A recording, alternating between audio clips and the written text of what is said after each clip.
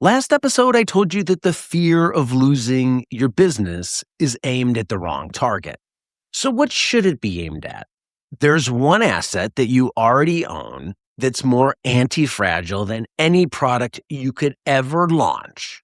And it's one that most people don't list as an asset. Here's what every business owner gets taught about staying safe. Don't depend on one thing. Add income streams, diversify, more products, more customers, more lines, more safety. It sounds airtight. More baskets, fewer eggs in each one. And it's the most repeated advice in business. I believed it for years. And in the last episode, I showed you that my own track record proved it was backwards. The hedges cost me and the commitments paid. But I left something out. I told you what doesn't make you safe. I didn't tell you what does. Let's find out in today's episode of Modern Grower. I'm Diego, Diego. Let's get into it. First, let's start with why more product lines don't actually protect you. Every new product line that you add isn't just one more income stream. It's one more thing that can break, one less slice of attention watching each one. 5 shallow things are not safer than one deep one. That's the trap from the last episode wearing a little different outfit. It's added fragility wearing a safety costume.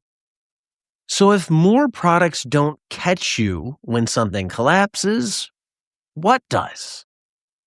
Take a guess before I tell you. I'll wait. This is probably not one thing you'd write down on your balance sheet, and I hope you guys can figure this out. I've talked a little bit about this in other videos, and when you hear it, it should be obvious. When people try and make a business bulletproof, they reach for the obvious stuff. A bigger cash cushion. That helps. Low debt. That helps. Owning your own intellectual property instead of reselling someone else's. That helps too. You add more suppliers, so you're not dependent on one. Okay, that's smart.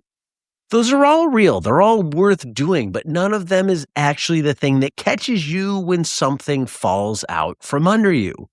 The real thing that catches you is the asset you almost never name. I just tell it, Chicky. It's you. It's the audience.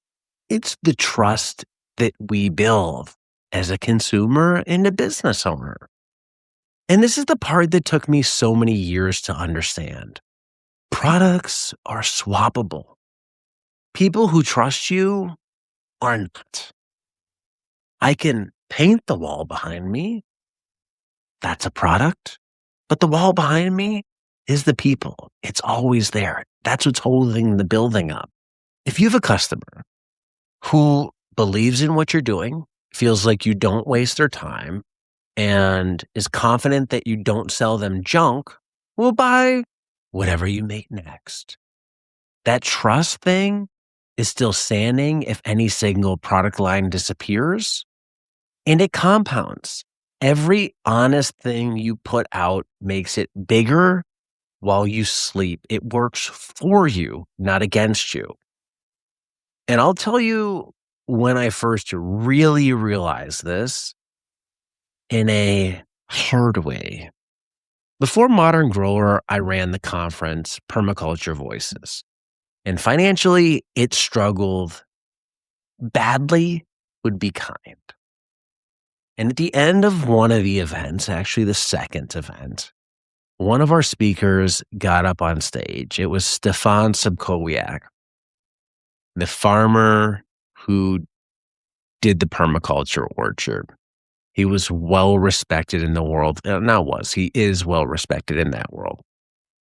And he gave this big speech and asked the room to donate to the cause, to support the work that I was doing.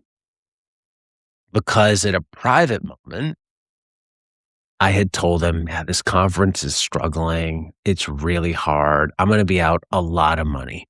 And we're talking tens of thousands of dollars. It's not like I lost $100. And he heard that. And he believed in what I was doing and wanted to see me succeed. He didn't want to watch me get crushed for it. So he went up on stage and said, I'm here, but I'm here because of Diego. And Diego's trying to run this business, and this business is really struggling. And he asked for people to make donations. And they made donations. People gave, I think it was more than $10,000 right there in that room in 10 minutes. And first, I'm eternally grateful to all those people because no one had to open their wallet and do anything for me, but they did because they were kind. They believed in what I was doing. They felt that it mattered. So I'm thankful for them. But second, here I am on stage and I feel two things at the same time.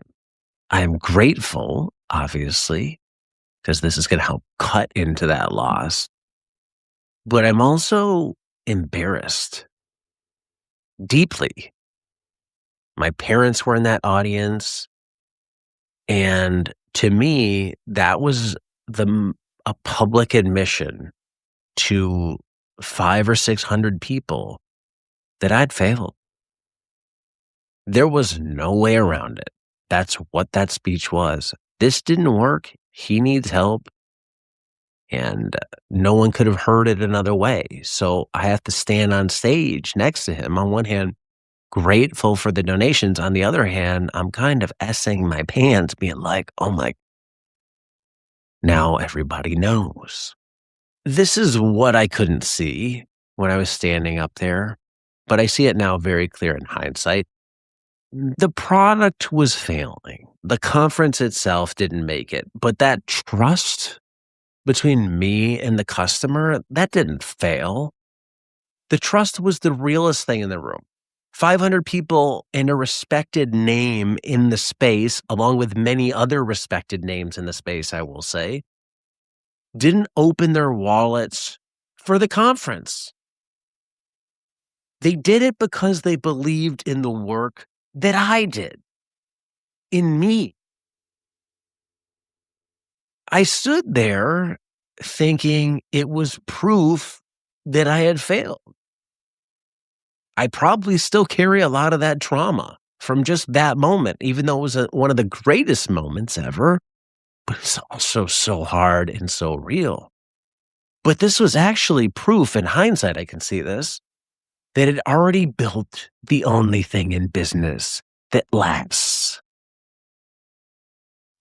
trust. The belief didn't die when the conference did. It's the part that Modern Grower got built on. I used to think it was the business of selling products that I was in. It was all about the product. Don't get me wrong, product matters. If you have junk, your business will be different. But product only gets you so far. We are all in the business of being worth trusting. The products are just how that trust converts to pay the rent. Put that in terms of farming for a second. And this is just to make it concrete. Picture a farm with a customer base that trusts them, a CSA, a market following, people who show up regularly for that farmer. That farm can change what it grows seasonally, change its model, even raise prices. And oftentimes people stay because the people, those customers, are buying the farmer, not just the carrot. Now picture the other farm that you might supply a big box store. All its volume goes to one anonymous wholesale buyer. There's no relationship, no trust, no end user contact. It's just a line on a purchase order.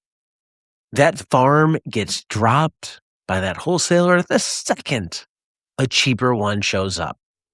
Same vegetables, same carrot, completely different durability. The difference is who owns the trust. And as small business owners, we build the trust and we own the trust. Once you know this, and once you know that your audience is the moat protecting your business, one thing has to change. And almost every other owner that I know, including me, can get this backwards.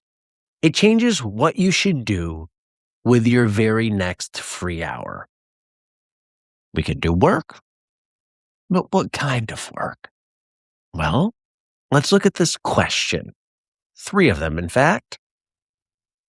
If I'm going to do something, expand, grow, add a new product, think about these things. 1, does it use the audience that I already have, or does it need a new one? 2, does it run on systems that I already have, or does it need its own everything, brand new systems? And if the main thing dropped hard next year, would this thing be big enough and ready enough to catch me, or would it still be a tiny little seedling? Adjacent ideas, things you want to start, will pass all 3 of those questions. They share roots with the trunk, meaning the same audience, the same systems, and they make what you already have stronger. Standalone ideas often fail for one or all 3. They require a new audience, new infrastructure, new everything. It's not diversification, it's a second job wearing a diversification costume. Hey, look at me, you're just doing more work that's different now. I'm going to show you both sides, failures and passes, using my own scars and real examples from my own business. One thing that passed was my Sumi soaker irrigation system. When we brought this in, it fit our audience like a glove. There were already people buying from us, and it helped them use what they were already buying in a better way. They had this means same audience, same store, same trust. It made the core stronger. It was adjacent. It passed all 3. There wasn't a lot of new work to take on by adding this new line. Compare that to a second idea, one that failed. And this one failed in the womb. Fortunately, I never launched it. And about 8 years ago, early on Modern Grower, I seriously considered starting a Mead company. Mead, the alcoholic honey-based beverage that you drink. And I was all in on the idea. I mean, I was elbows deep up into it. Yes, let's go, man. Mead business, it is. I was doing research, and I loved the idea of this thing. I created a name, the branding. I knew what the cans would look like. I had plans for the tasting room. This whole fantasy was mapped out in my head. I mean, it was detailed. Well, here's what kind of failed that business. I barely drank mead. I was actually getting off of alcohol at the time, and I hadn't made mead much at all. Not even as a hobby. I was just in love with the idea, but I hadn't proven a single piece of it. The execution, my unique advantage, where I would target a market, any of that stuff. I was designing the can before I ever made the drink. That's the tell. It sounds so obvious now, but believe me, when that Mr. Toad type euphoria hits, the mania, you're not going to know the difference. When you're in love with the branding, though, before you've made the product, you got to realize this is a fantasy, not a business. So run it through the 3 questions, and it becomes obvious. Brand new audience, brand new everything, and nowhere near ready to catch me in a year. That Mead company would have failed on all 3 of those questions had I run those questions back then. It was simply a romance. Sumi soaker was tangential. It was in the roots. That's the whole filter right there. Knowing all this, here's where I've landed.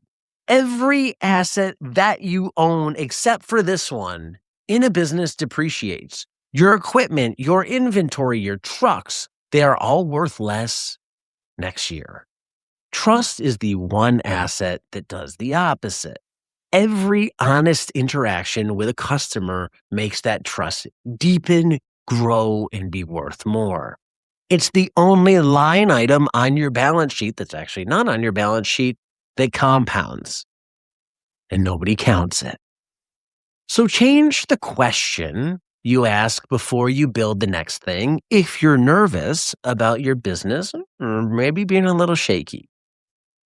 Not what's the new thing that I can add, but could this same hour make the people who already trust me more? Most of the time, if you do the work, the answer is yes. Trust is worth it. It's the higher return hour. You're not in the business of selling products. I'm not. I do, but that's not what I'm in the business of. I'm in the business being trusted.